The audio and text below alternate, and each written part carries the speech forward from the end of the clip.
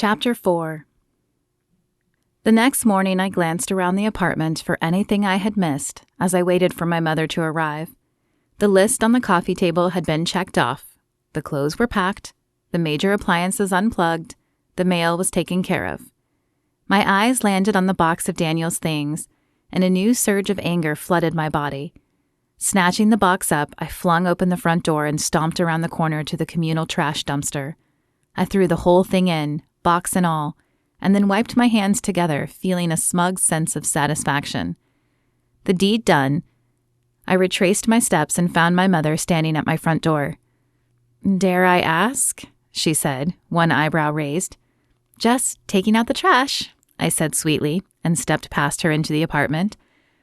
"Okay," she said slowly, drawing the two syllables out in an exaggerated effect. She followed me into the apartment and tried another tactic to get me to open up. "Do you want to tell me why you're running away then? It's not as if that's going to soothe your grief." I pulled the handle out of the rolling suitcase and rolled my eyes as I answered her. "I'm on suspension, Mom. I was told to go on vacation." "You were told to take a break and clear your head, which isn't the same thing. You know, honey, I've started praying again, and that has helped clear my head." My muscles tensed at the mention of God. I'd had no use for him before, but I certainly didn't want to hear how loving he was now after being left at the altar. "That's great, Mom. I'm glad it works out for you. But I'm not praying to anybody, especially to a God who cared so little about me that he let my life get so far off track. After all, if he really cared about me, he could have stopped Daniel from leaving me on my wedding day or from sleeping with Shayna in the first place." My mother's lips pursed as she shook her head. "Well, at least let me pray for you and your safety." I checked my watch and sighed. "Fine, Mom, as long as it's quick."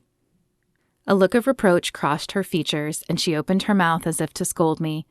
But deciding against it, she sighed and closed her eyes. Her prayer was short, a prayer of safety, but I couldn't resist tapping my foot against the carpet. I couldn't wait to get out of Texas and go somewhere where no one knew my shameful secret. Either of them. Sighing, I collapsed on the king-size bed in the hotel room and flung my arms out. What a long flight. It had been just my luck lately to be seated next to an elderly man who wouldn't stop talking and didn't seem to know how to read body language.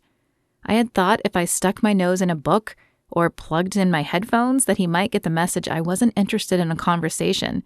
But he had kept prattling away until he had finally talked himself to sleep. Rolling over, I enjoyed the feel of the soft comforter on my skin.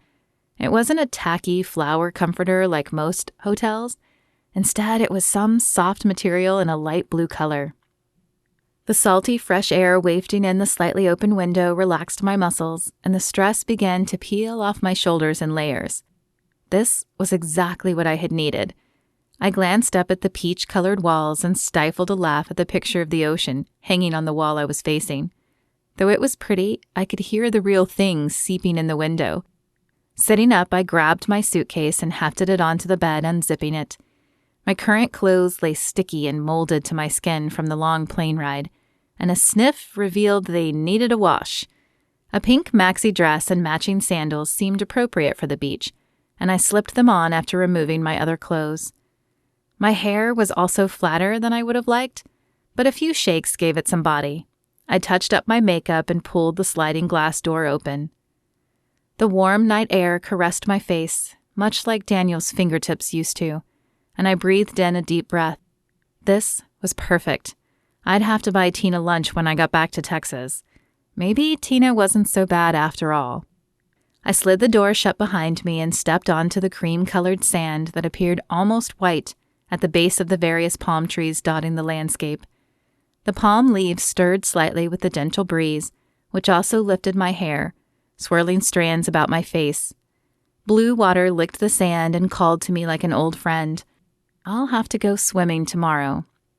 As I stepped closer to the water, I could see the colorful fish swimming back and forth in the clear, calm glass. The soft sound of music to my right caught my attention, and I turned to see a small bar surrounded by tiki torches. A handful of people sat in the few bar stools and tables, and several more stood around sipping their drinks. The glow of the light pulled at me, daring me to come and join it. And since the beach area to the left was empty, except for a few occupied lounge chairs, I accepted the invitation and set off to check out the scene at the bar. Probably 20 people, who seemed close to my age, professionals at least, hovered around the bar. An iPod speaker system sat on the bar's counter playing soft reggae music that my head began to bob to. "What'll you have?" The voice was deep and masculine, and as I turned to find the man who owned it, a small gasp escaped my lips. Broad shoulders that had been tanned in the sun stood out against his cream tank top, and dark brown hair fell in waves to about his chin. He was probably the most handsome man I had ever seen, but it was his piercing green eyes that I couldn't seem to look away from. He stared at me expectantly, an empty glass in his hand as he waited for my order. Tequila sunrise," I stammered, as the blush climbed my cheeks. Had he heard my gasp? I tried to look away, but his gaze was a magnet, drawing my eyes back to him. "Tequila, huh?"